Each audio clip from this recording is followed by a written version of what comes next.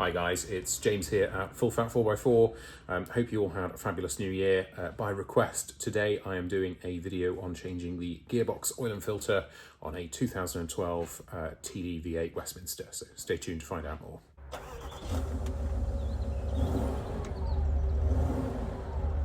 Okay, so first thing to address is, do you actually need to change the oil on a ZF8 transmission? And the answer is yes. But the question then is, at what point do you change the oil? So ZF, who manufacture the gearbox, recommend somewhere between 50,000 miles and 75,000 miles. Land Rover stipulate sealed for life, and they define the life of the vehicle as 150,000 miles. But there is a service sheet that is sort of circulating around some of the forums, which then actually does stipulate that if you have a heavy duty cycle use for your gearbox, so if you're towing a lot and in sort of harsh environments, so dusty, etc., it does actually specify a service interval, and off the top of my head I think it's as low as 30,000 miles.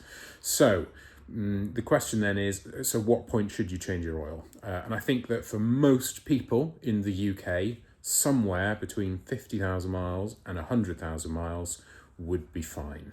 There are also two methods to change the oil. You can do a mega flush, which involves a sort of pump machine which forces the old transmission fluid out of the ZF box and puts fresh fluid in its place. Now, the benefit of that is that you can replace all 8 litres of fluid in the ZF box at once. The other method of doing it, which is a bit more accessible if you haven't got a mega flush machine, is to basically take the bung out of the pan, let the oil drain out, and then there's quite a specific refill procedure to follow. And that is the method that I'm going to be using today. It's also the method that I use for all Range Rovers, and the reason for that is that I don't necessarily think that a mega flush is the best thing for the gearbox, because if you have, say, an older gearbox which maybe is more worn, by pumping fluid round it, you do run the risk of getting debris into places where it shouldn't be, especially if you've taken it to a garage where perhaps ZF gearboxes aren't their bread and butter, and the settings on their mega flush machine are too high pressure. Now, there's a bit of speculation I think in there as to which one is better, because yes, the gearbox does obviously work under quite a lot of pressure. It's high pressure anyway, but for me, I don't think it's worth taking the chance. And also from experience, the fluid which has come out of most gearboxes looks like it's actually in quite good condition. I've only had a couple of vehicles where I've drained the fluid and thought, ooh, yeah, that's quite black. So the kit that you'll need to do this job, well, safety first, I would definitely recommend a set of gloves and some eye protection, because ATF is not very nice stuff. So on the subject of ATF, there are plenty of opportunities to reduce cost when changing fluids on a car, be that engine oil, coolant, etc. One of the ones which I think is definitely not worth trying to save a few quid on is your gearbox fluid. So I always use genuine branded ZF oil, and the right spec for the gearbox, which is the ZF Lifeguard 8 fluid. Now, there are lots of companies out there who offer an alternative or equivalent spec. I'm not prepared to take the risk putting anything other than genuine ZF fluid in. And that is the other reason why I think a mega flush is not necessarily suitable, because you will not be getting ZF genuine branded fluid flushed into your gearbox. Okay, next up then is the actual filter itself. Now, I would recommend that you use a good branded product. So you can either get a ZF brand, you can get a Febi, Bilstein brand, which is a good aftermarket one, or you can get Filtran, which I believe actually make the filters for ZF. They're an OEM supplier. I actually bought this one from Autodoc, and it was quite well priced. I think it was just over £60, but it did take years to get here, which seems to be a theme with Autodoc kits. On to some of the tools that you're going to need. You're going to need an 8mm hex, that is for the filler plug. You're going to need a 10mm hex, that's for the drain plug. Then you're also going to need an 8mm spanner. I'm a massive fan of these Halford's Advanced ratchet spanners. I think they're really good. And you may not need it, but it's also handy to have a 10mm ratchet spanner, but you will definitely need a 10mm head to take the cover, the exhaust shield, heat shield, and the heat shield frame off the gearbox, so you'll definitely need those bits. A couple of extenders. I use this sort of Makita powered angle driver thing because it just makes it a lot easier. And you will also need a Torx T40 bit, and that is to remove the bolts that hold the filter onto the gearbox itself. Okay, in addition to that, you will also need some kind of OBD tool. Today I'm going to be using the TopScan, TopScan OBD, which was very kindly given to me by the good people at TopDon. So I'm going to just sort of demonstrate this.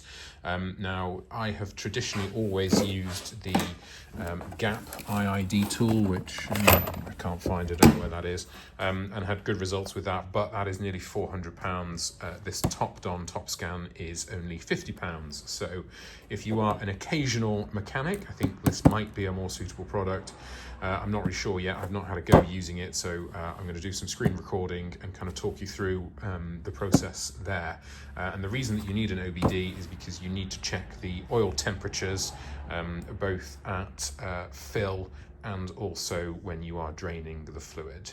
Right, you're also going to need a method of getting the ATF into the gearbox. Now, if you are only going to do this job once, you can probably get away with one of these Draper multi-purpose pumps. They are a bit of a pain in the backside and they're not very ergonomic to use. However, if you're only doing the job once, this pump will do for both the ATF plus also your front rear diffs and also transfer case fluid, but it's not very nice to use. A slightly more chintzy product is this pressurized filling system. So this is an Amazon special. It's a 3 litre pressurized system. Basically, you fill this with fluid, pump it to pressurize it, and then there is a valve on the filling head which helps you get your fluid into the gearbox. So that is worth having for the gearbox fill. I think it's £60 off Amazon.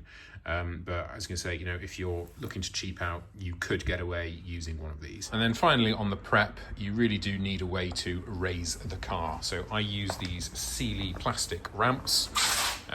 These are, I think, £100 a pair. So it just gives you plenty of access under the vehicle. Now, I would just recall that it's obviously on air springs. Air springs can fail at any time, as can any suspension component which is under air. So I will be putting a axle stand underneath this car, just so that if I get unlucky whilst I'm underneath it, I don't get crushed. Right then, let's get cracking.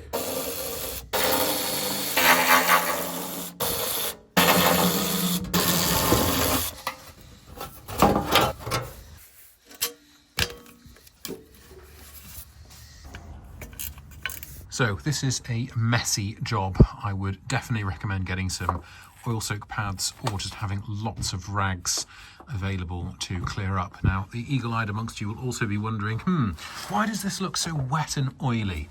Well, this is what an oil cooler leak looks like. So the oil comes down the back of the engine bay and it makes the subframe wet with oil, and it also goes onto the gearbox bell housing and then follows over onto the gearbox filter. So the oil cooler on this car has been changed, and this is residue oil. Now we're about to drain the gearbox oil. That is the drain plug, and you'll note that I have removed the heat shield carrier and the heat shield. Now, I would always recommend, whenever you are doing any kind of transmission stuff, always check that you can get the filler plug out first. I can drain it with confidence, knowing that I can fill it up again later.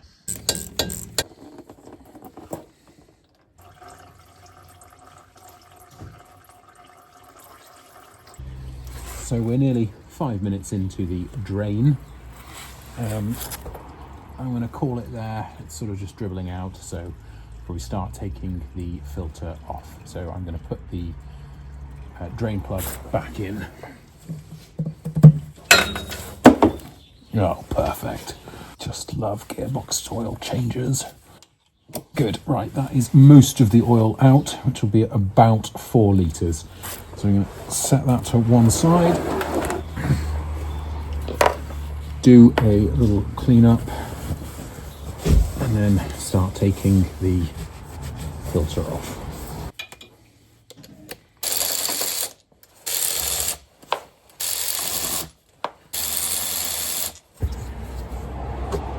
There we go, and away she comes. Oh, bit of a spillage there. Before the new filter goes on, what we're going to do is just give the mating surface a quick clean. So this is our new Gearbox filter, so you need to remove that plastic protection cap, and then what we're also going to do is we're going to take the Lifeguard 8, they need a good shake, so we're going to do that for a couple of minutes for each bottle, and then we're just going to put a little bit of fresh ATF around the seal, both on the filter and also on the intake. There's a sort of rubber seal there, so just put a little bit of fresh ATF on those.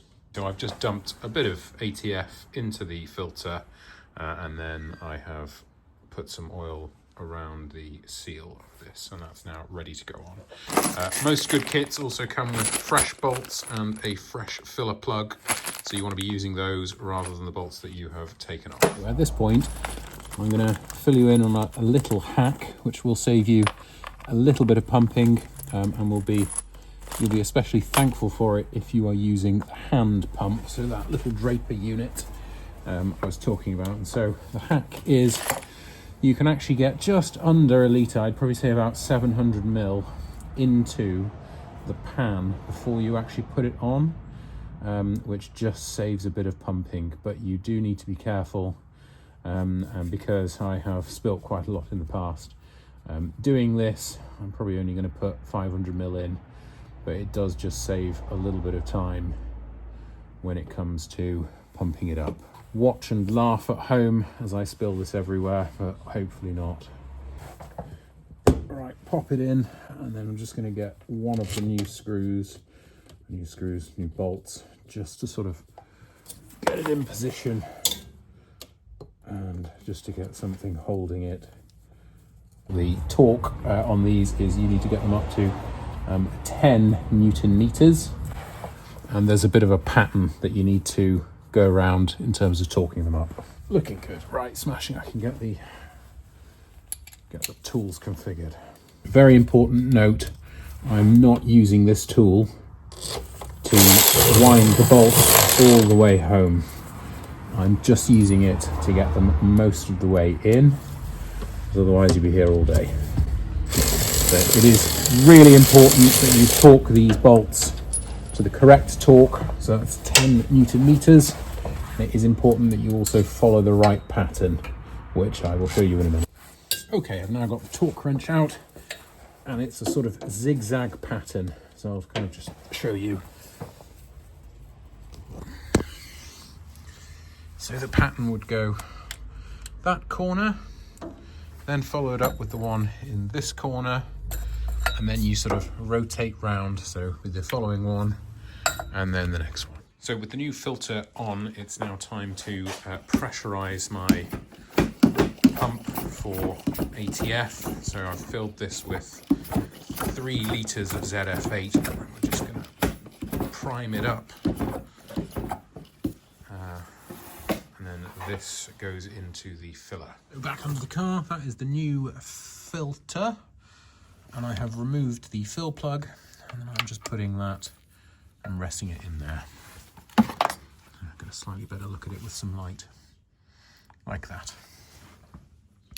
And I have charged up the reservoir, so we're just going to crack the valve on that, and then fluid will start to go into the gearbox. And so the next stage then is we're just going to keep pumping this until it's full and starts to dribble out. This has just started to drip, You may or may not be able to see that on camera. Hopefully you can. So I've turned that valve off. And then the next step will be starting the engine and then carrying on with the fill process. Before I do that, I'm going to refill my container. This is where the filling process starts to become a little bit complicated. After you've done a fill with the engine off, you need to start the engine and then carry on filling the gearbox with your either pressure unit or hand pump. Then, once it starts to dribble out of the gearbox with the engine on, you put the fill plug back in, get it finger tight so that no fluid comes out, but you don't want to torque it up. Finger tight is sufficient. And then at that point, you need to get the gearbox oil up to a minimum of 30 degrees Celsius and a maximum of 50 degrees Celsius. And you also need to prime the gearbox. So what that involves doing is getting into the car with your foot firmly on the brake, because you don't want the car to move at all whilst it's being primed. That is the gearbox being primed. You select reverse, neutral, D, and then use your flappy paddles to get up to gear 2. Okay, then once you've done that, it's back into neutral, and you want to get to 2000 RPM and hold that for 5 seconds. And on the subject of holding for 5 seconds, you need to hold each of the stages for a minimum of 5 seconds to prime the gearbox fully. So to repeat, that's reverse, 5 seconds, neutral, 5 seconds, drive, 5 seconds, flappy paddle onto gear 2, 5 seconds, back onto neutral, and then rev the engine to 2000 RPM and hold that for a minimum of 5 seconds. You might want to do that a couple of times to make sure that you've got the sequence correct. I will show you once I've finished filling. I'm just going to start the engine. I don't particularly like getting into cars in my greasy overalls, so I'm just doing it with my foot on the brake and starting it from there. Right, engine has started. I've got my OBD dongle. Oh, no, I haven't got it plugged in. Right, we'll get that plugged in. I'm using the TopScan OBD dongle today, so let's get that out and in commission. And this is the one which I will be giving away later. Okay, so in she goes. That's it, little beep. Okay, so that's now ready. I'm going to carry on with the filling process. That has now started to dribble out. I have put the fill plug back in and I'm back into the car. So, right, foot on the brake firmly. Pardon my pasty white legs. It's the middle of winter, but I'm still in my shorts. Foot firmly on brake, select reverse, 1000, 2000, 3000, 4000, 5000, 5 seconds, neutral for 5 seconds, 1000, 2000, 3000, 4000, 5, you get the idea. Into drive for 5 seconds, 5, and then with my foot still on the brake, I'm hitting the flappy paddle. You'll hear the pitch change. You go into D2 and I'm holding that for 5 seconds. 1000, 2000, 3000, 4000, 5000. Okay, then with my foot still firmly on the brake, because we don't want the car to move anywhere, I'm shifting back into neutral. And then I am holding 2000 RPM for 5 seconds. Or trying to anyway. 1000, 2000, 3000, 4000, 5000. Okay, and off. Back into reverse, back into park. Now, I like to do this process a couple of times. Okay, at this point, you want to go into your OBD reader and check the temperature of your gearbox oil. So I'm going to go into the TopScan app now. I'm going to record the screen and show you what I can see. Okay, so this is the TopScan main screen. I'm going to go into Diagnostics, then Land Rover. And then I'm going to key in the details for the Range Rover I'm working on. So it is an L322 from 2012, and it is a diesel V8 4.4. At this point, it loads up the specific car data and connects to the vehicle. So once we're in, I'm going to go into Control Unit and then TCM. Data stream, and then it's going to load all of the live things that we can see. So it'll take a couple of minutes to load. I would definitely recommend setting this up prior to starting the job, because you need to install the Land Rover module to get all these various control menus and whatnot. So do set this up prior to doing the job. Okay, from here you will see all of the live stream data that you can have a look at, and I'm looking for the transmission oil temperature. So it takes a few seconds to load, but there you can see right at the bottom is the transmission oil temperature. Now, because it was quite a cold day, it took quite a bit of time for this to go up to temperature, so I'm going to just speed this along by revving the engine at about 2000 RPM, and that just helps to warm up both the transmission fluid and the engine.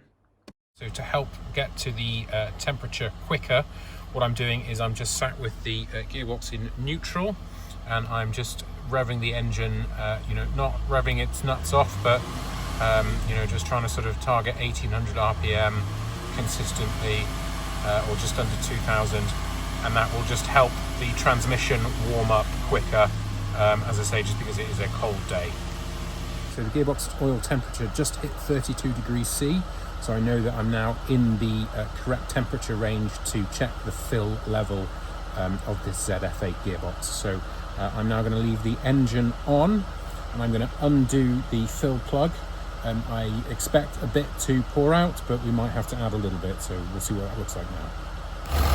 Okay, another quick safety warning. It's obviously going to be hot under the by the exhaust, and I have just got the catch pan here, just because I'm expecting a bit to come out. So that is the fill. I don't know how well you can see this. It's not the easiest thing to film. Looks like we need to add a little bit, because there's nothing dribbling out. So I'm going to put my fill in there and put that on. And then I'm going to come out and check the pressure. Okay, so we're just going to now monitor that, keep pumping this until we see a little bit dribble out. We are now at our final fill level, and you can see that it's just started to drip out. So once you're comfortable that you've definitely got the level right, and that is with the transmission oil temperature above 32 degrees C, and a little dribble that has come out of the fill plug, you then want to put the fill plug back on and torque it up to 30 Newton meters. At that point, that completes your your transmission oil fluid change. And the only thing that you need to do then after that is put the heat shield carrier and the heat shield back on. So it's just the same as the reverse of what I did in the first stage.